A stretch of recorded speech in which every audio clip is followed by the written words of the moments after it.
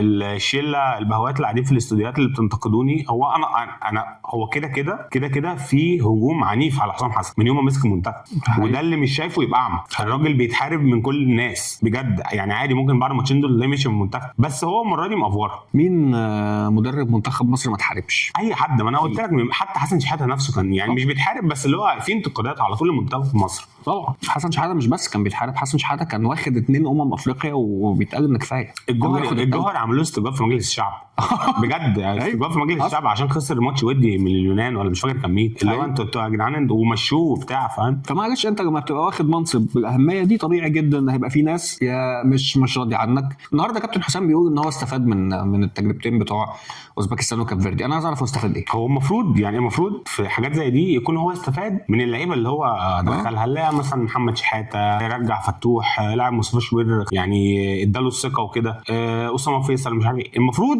ان يكون دي الحاجات اللي احنا استفدناها، بس طبعا احنا استفدنا ولا اي حاجه ولا انت اصلا فاكر ان انت عمال تضيع وقت بتلعب لعيبه في مراكز مش مراكزها، فانت ما استفدتش حاجه منها. انت مش هتعمل بيها حاجه. وبعدين اصل انت لما اللعيبه الاساسيه ترجع، ما هو مستحيل هتلاعب مروان ده ناحيه الشمال لان في لسه تريزيجيه وابراهيم عادل ومرموش ومش عارف بالظبط. يعني جربوا طيب بقى في الهجوم عشان لما مثلا مصطفى محمد بالظبط او اسامه فيصل او ايا كان المهاجم اللي هيبقى هتحتاج بقى انت تحط مهاجم تاني يبقى خد فرصته في مكانه. بالظبط ان كل واحد يبقى على الاقل متعود على المفروض يعمله فعلا ومتطلبات دوره في السيستم بتاعك. بالظبط لا مؤاخذه في الكلمه يعني انت عندك سيستم ثابت عايز تعتمد عليه طول الوقت، فانت محتاج ان انت توفق اللعيبه جوه السيستم ده، مش انك تشوف انا مين 11 اللي معايا النهارده احط حالهم سيستم. غير ان مستوى التحجج بقى مبالغ فيه جدا. يعني امبارح تم الاعلان عن غياب 11 لاعب من منتخب مصر. لا ده بص طبعا يا جماعه مع احترامنا لكل الناس والناس الصحفيين اللي فيهم ناس اصحابنا شغالين في اتحاد الكوره والكلام ده هزار، بيهزروا معانا. ده صح. محمد عبد المنعم بيقول لهم منتخب مصر اللي غايب عنه 11 لعيب، وحدث ال 11 لعيب دول امام عاشور ومحمد عبد المنعم، واحنا عارفين اصلا ان حسام حسن يعني بيتلكك لامام عاشور ده ومش عايز يضمه، وحتى لو سليم مش هيضمه في الفتره اللي فاتت دي، فخلاص دلوقتي بقى غايب حسام. يعني دلوقتي امام عاشور بقى غايب. لا هو امام ده غاب امبارح مثلا، ما امام ده غايب من اول الموسم. محمد عبد المنعم ده عنده صليبي من السنه اللي فاتت. يعني لهم ايه هتحط بقى اسمهم؟ لا مش دول اللي غايبين، انت بقى اللي غايب مثلا واحد زي زيزو عشان اتصاب،